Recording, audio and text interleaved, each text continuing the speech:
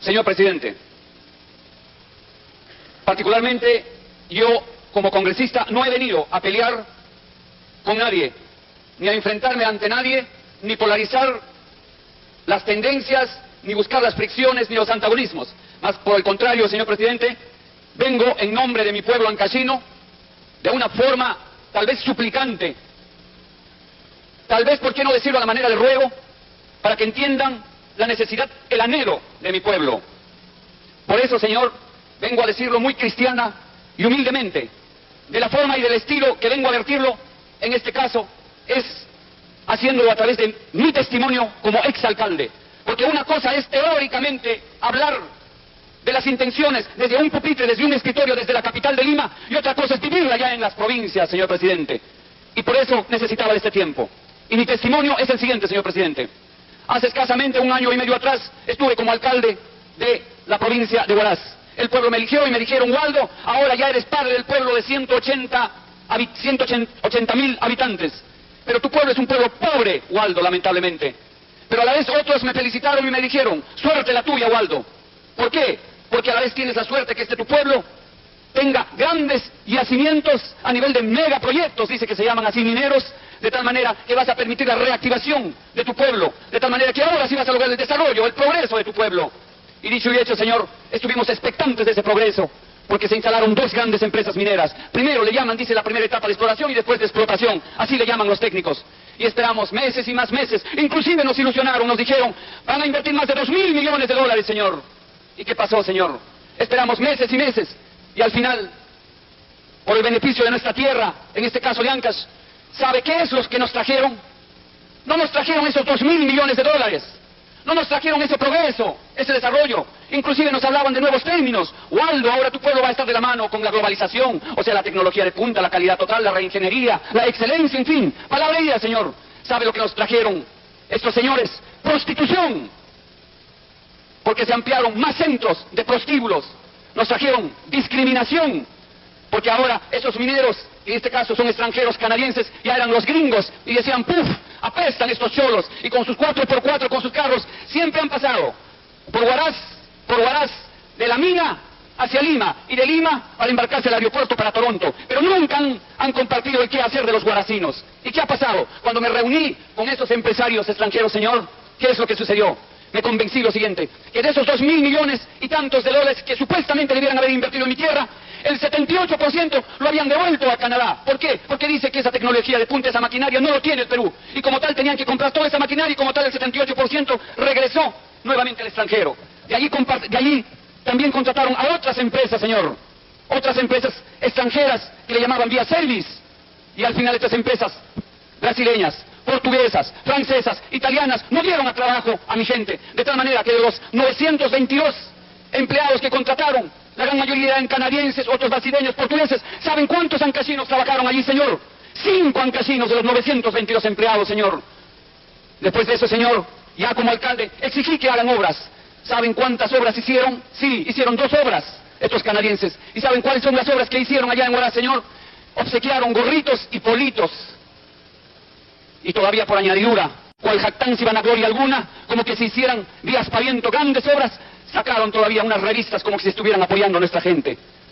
Entonces no hubo manera de legalmente lograr que esta gente, vía el concepto de humanidad, se sensibilizara y ayudara a mi gente que se moría de hambre. Entonces es cuando me dijeron: Waldo, la única posibilidad de lograr el aporte directo para con tu tierra es lograr la efectivización del canon minero. Y para eso hay que llegar al Congreso. Y es por eso, señor, que cuando llegué al Congreso, no vine a hacer política acá, vine con el único y claro objetivo: dedicarme al canon minero. Y es por eso que prometí a mi pueblo que yo no iba a hacer uso de la palabra mientras no se tratara del canon minero. Palabra de honor que hasta el día de hoy la he venido cumpliendo. Y cuando llego acá a Lima, señor, ¿qué es lo que me entero? Disculpe, asqueante la realidad. ¿Cuál había sido la triste realidad, señor? La realidad había sido la siguiente: sencillamente, el canon minero había sido el 20% del impuesto a la renta, y el 80% supuestamente era para el gobierno. Mentira, mentira, falsedad, vil falsedad, señor. Porque ese 80% regresaba directamente, o regresa hasta ahora, a los empresarios. ¿Por qué regresa? Ahora lo explico. Porque la mayoría de los empresarios son tan mañosos, y así lo digo claramente, señor, que no pagan en muchos de los casos los impuestos. Ahora lo voy a explicar por qué. Primero, Hay muchos empresarios, a través de la doble contabilidad, dicen, este año mi empresa no ha sido rentable y como tal voy a salir inafecto y no pago. O sea, no paga el impuesto. Pero cuando tiene que pagar el impuesto, señor, cuando tiene que pagar realmente porque sus utilidades demuestran que ha ganado millones de dólares, ¿sabe lo que sucede, señor? Tampoco no paga el impuesto a la renta, tampoco, señor. Es asqueante la realidad de nuestras leyes peruanas, porque se acoge, dice, al famoso régimen especial tributario. ¿Qué significa el famoso régimen especial tributario? Significa que se acoge a la reinversión, o sea, reinvierte con los impuestos de los peruanos. Y eso es totalmente injusto. O sea, estos empresarios no pagan ni por ambas ni por mangas, ni por tener utilidad ni por demostrar rentabilidad.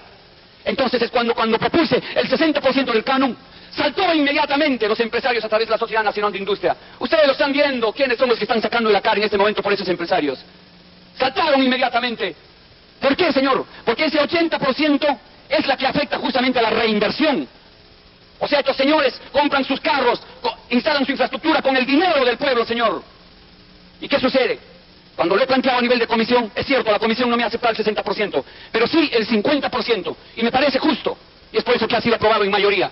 Y no solamente eso, señor, sino que ahora se está aplicando, o se quiere aplicar, si es que este Congreso honorable lo aprueba, se va a aplicar el artículo 77, donde dice que la recaudación debe de ser de todos los ingresos, como debe de ser justo, porque ya es tiempo, señor, que las provincias se mueran de hambre. Y digo esto, señor, porque hasta dónde ha llegado la sinvergüencería de estas leyes, que no sé qué tipo de peruano vendepatrias lo ha propuesto y no sé en qué momento, para que ustedes se caigan, señores, de indignación y de vergüenza, porque han sido leyes aprobadas en este Congreso, en este recinto, en este Parlamento, donde están los símbolos de justicia y libertad de nuestros libertadores. Inclusive han aplicado un régimen especial de incentivos, dice, a esta inversión. De tal manera que, por ejemplo, a la empresa Antamina, señor, allá en mi tierra, ¿sabe hasta cuándo va a dejar de pagar impuestos? Hasta 5 años después de su explotación. Imagínese, señor. Y eso, dice, se llama recuperación. Aquí el empresario peruano le dicen, a ti te está yendo bien en tu empresa. Perfecto, entonces reinvierte y no pagues tu impuesto. ¿A qué tipo de empresario peruano le dan esa prerrogativa de no pagar? Todos los peruanos pagamos, señor.